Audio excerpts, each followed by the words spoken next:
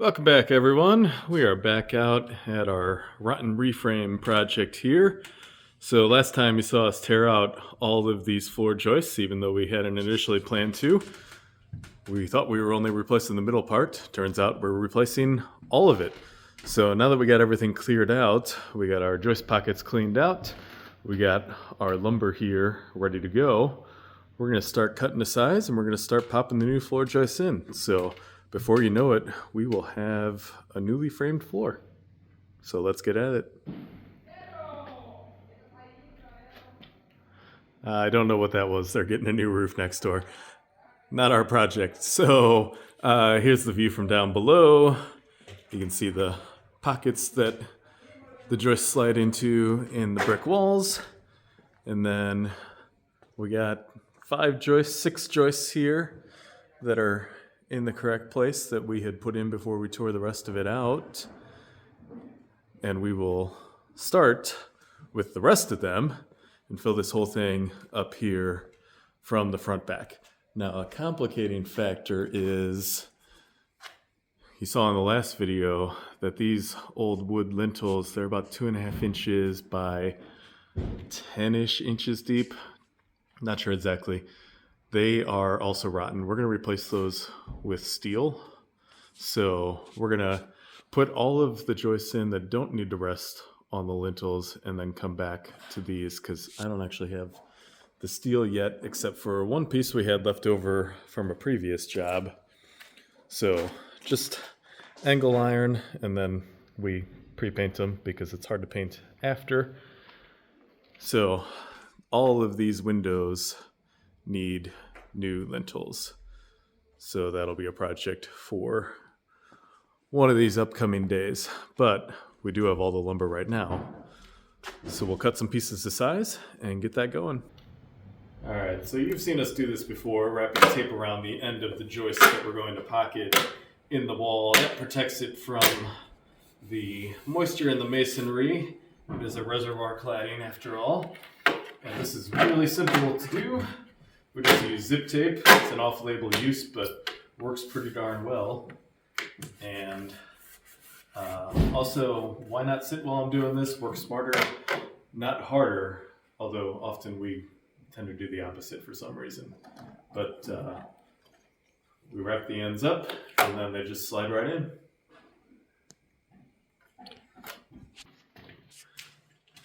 Then we just bring them over, and these 8-footers are easy because one person can easily do it into place.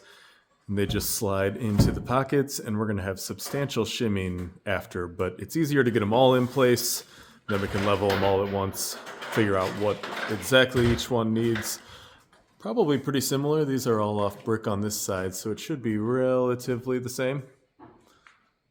But we'll find out in a couple days. Well, a couple of these down here actually need to be cut to length, and I managed to cut that approximately a 1/16 of an inch too long, and it didn't fit, so it needs just a little trim here, but it's actually a little bit tough because it's in an awkward spot here, but we'll get it.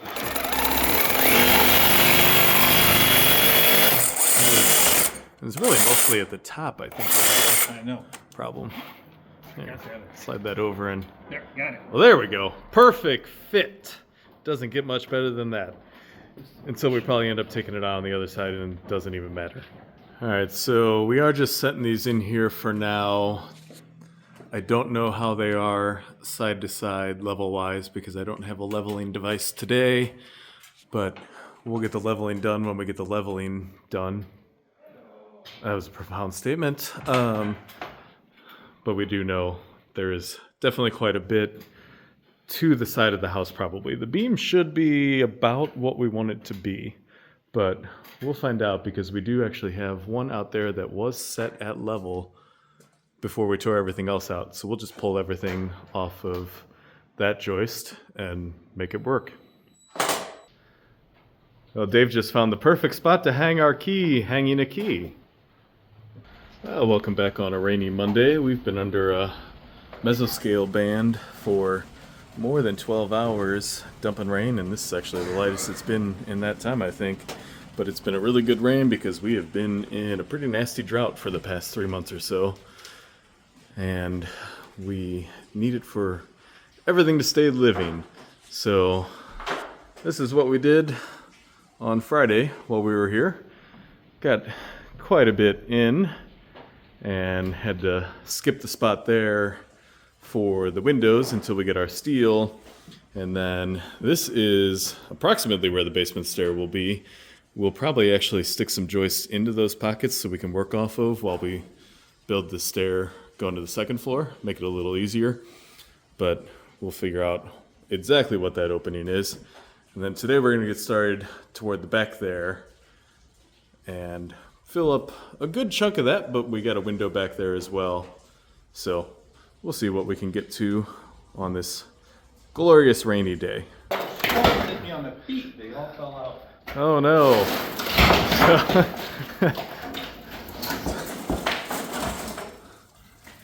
Yeah, those are pretty bad. So back here, the old coal chutes.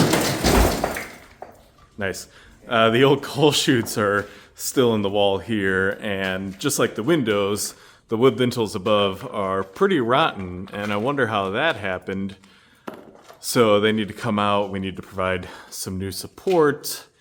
Smaller space than the windows, though. And I don't think this one's going to take much more effort than this guy did. It came out so quick, I wasn't even prepared to record.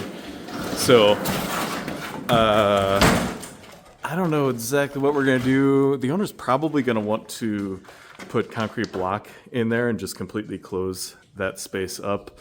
So instead of putting a steel lintel in like we're going to do with the windows, we may just frame a small wall inside here until that gets blocked up. We're going to make a decision here, but we need that in, of course, so that we can get the floor joist across here. So next up is that guy. Ow! That attacked me. Well, maybe you should have stood further back and used a longer hammer. You think that wood's seen some water? There's not a lot of integrity left. It's there, but it's there in looks only. Although, it has held that brick, so I guess it's still doing something, but force of habit is a fascinating thing when it comes to buildings. Alright, this guy looked more rusted and rotten, but it's actually in there a little further, it seems. Got some of that rotten lintel out. A lot of mortar stuffed in there up top, just breaking up. So hopefully taking care of that allows the rest of it to slide out. Alright, with that lintel falling, the brick is there. There we go. Saw that coming. So that is the inner width and part of the middle, but that's okay, we can rebuild that back in. They clearly had some issues anyway, so best to get that rebuilt.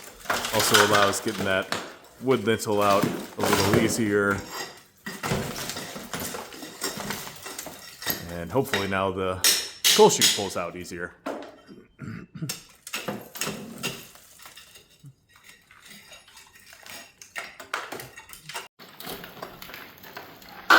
So these coal chutes would be a common thing in your house depending on what part of the country you were in. Here in St. Louis, the coal came from Illinois. It was pretty abundant, but it was soft and high sulfur coal. So with everybody burning that in their furnaces down in their basements, there was so much air pollution. You had days that were practically as dark as night, and when it started getting really that bad, that finally spurred action and got things cleaned up, and thankfully we have much better air quality now. And there was around that time abundant supplies of natural gas starting to come in as well, so most houses switched over to natural gas. Nowadays I would promote heat pumps for heating and cooling, but that will be a longer term changeover, as natural gas at this point is still relatively cheap and abundant, but of course burning it is not the greatest thing for the environment and climate change. Yep. But my parents do talk about the coal furnaces down in the basement. In the morning, the fire would burn down overnight, so you had to stoke it in the morning to get it going. And I think we're just about there that this will pull out. I hope. Yeah, right. Look at it. There it goes. Like I said, there it goes. That's just one second.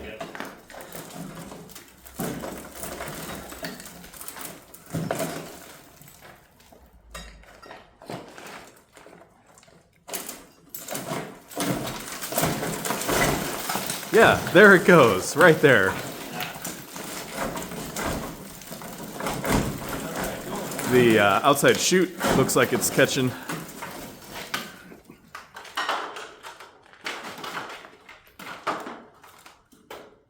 Yeah.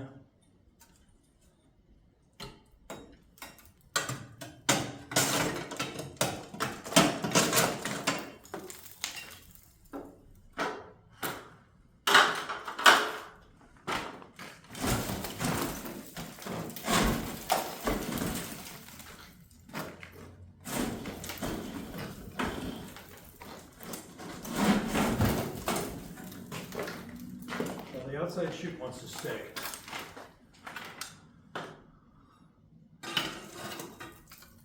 Well, at this point, it seems like it gets what it wants.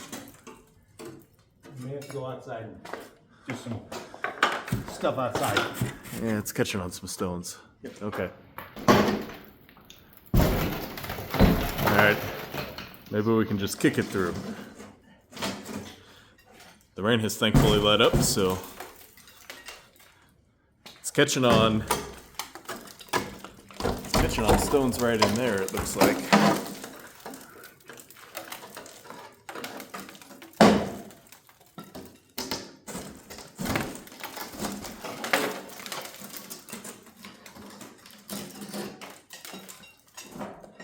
Yeah, those right there.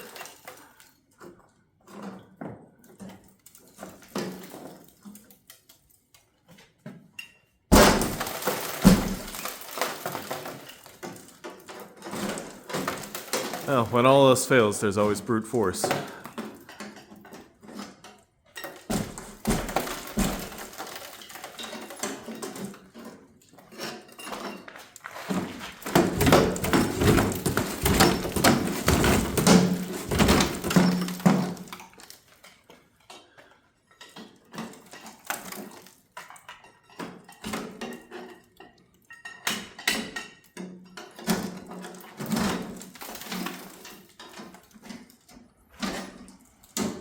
Stubborn little thing.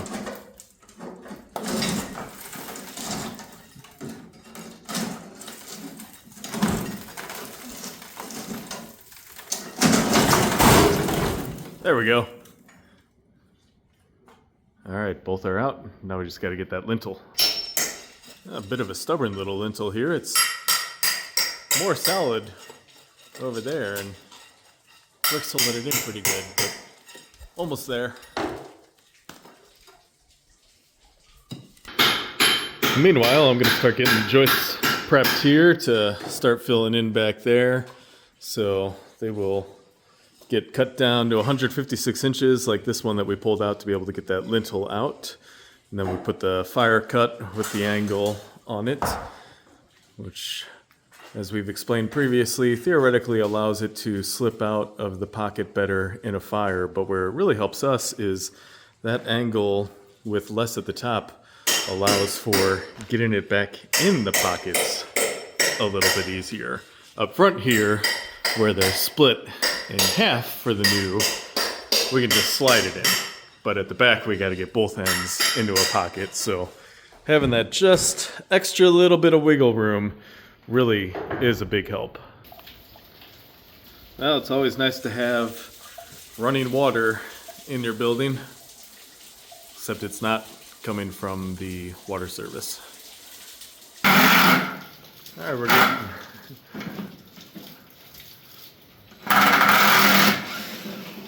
we're getting our header in place for this little gap at this chimney, and then we can remount the panel box as well.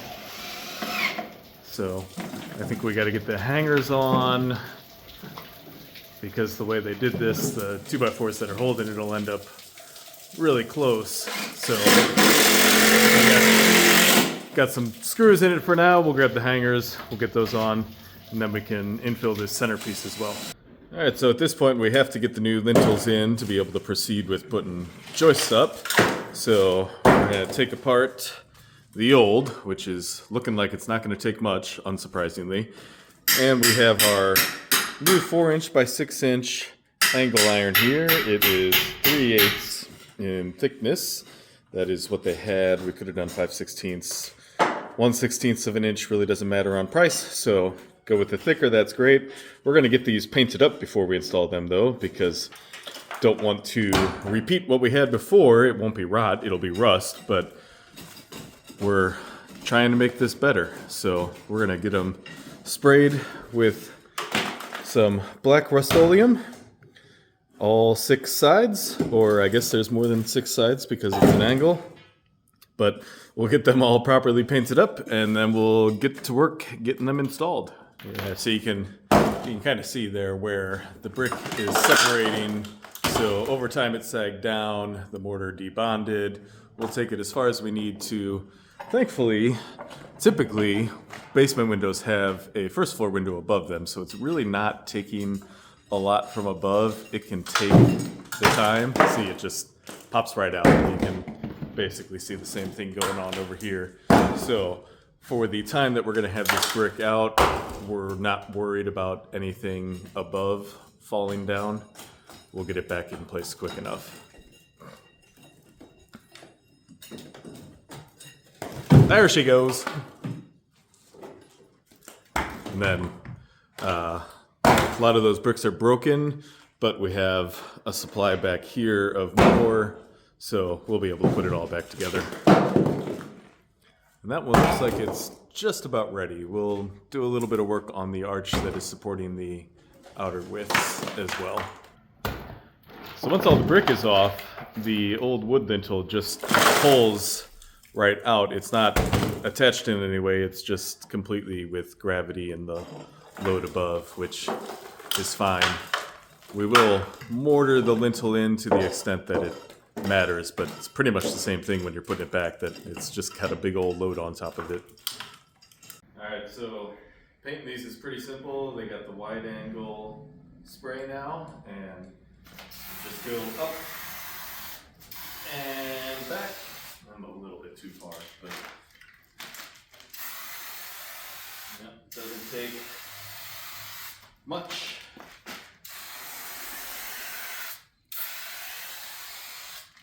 And then we'll let that dry, flip it over, get the other sides, get the ends, good to go. So we're gonna get these lintels set in now that we got everything cleaned out.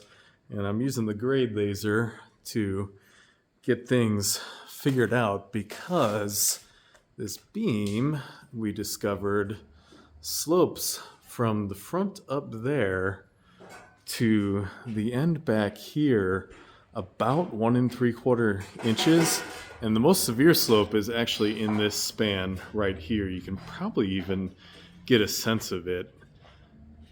So we initially, I put it on, set it for back here, which matched the existing level of the floor that we pulled out back here, because we had put that in before we pulled everything out.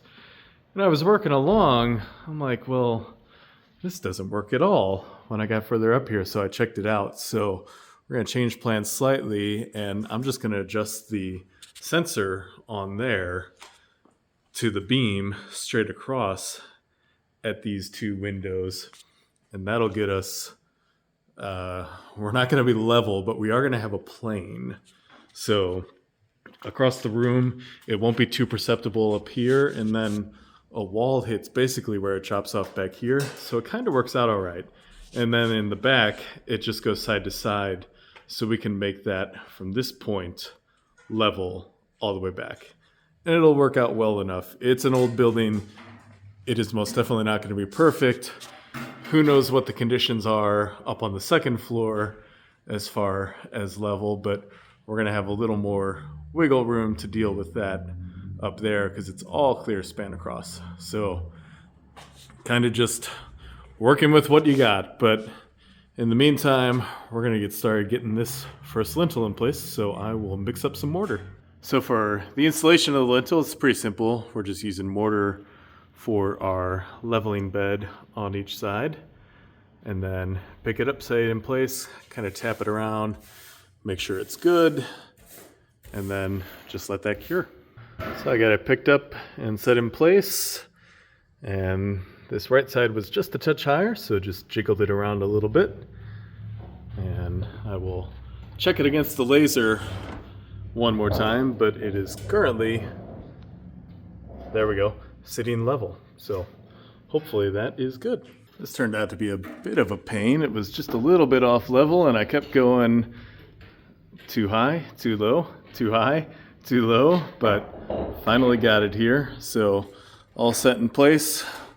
We'll just let the mortar get hard here and then we can get the joists on it, and then we will infill the brick after we set the joists. So this is a Friday. We'll come back next week. Should be good to go. Alright, pretty simple to set in place. Just grab it, pick it up, hope it fits. Oh, well, that's a problem. It's not wide enough. Okay, well, I guess we're not setting that in. Oops. Alright, take two. Let's see if it fits this time. It better.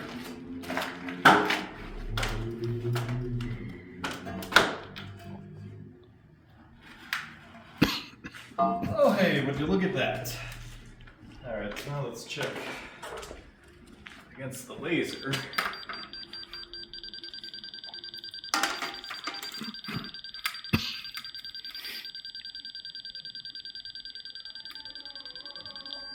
We're actually quite a bit higher than I realized. Let's give it a good jiggle down.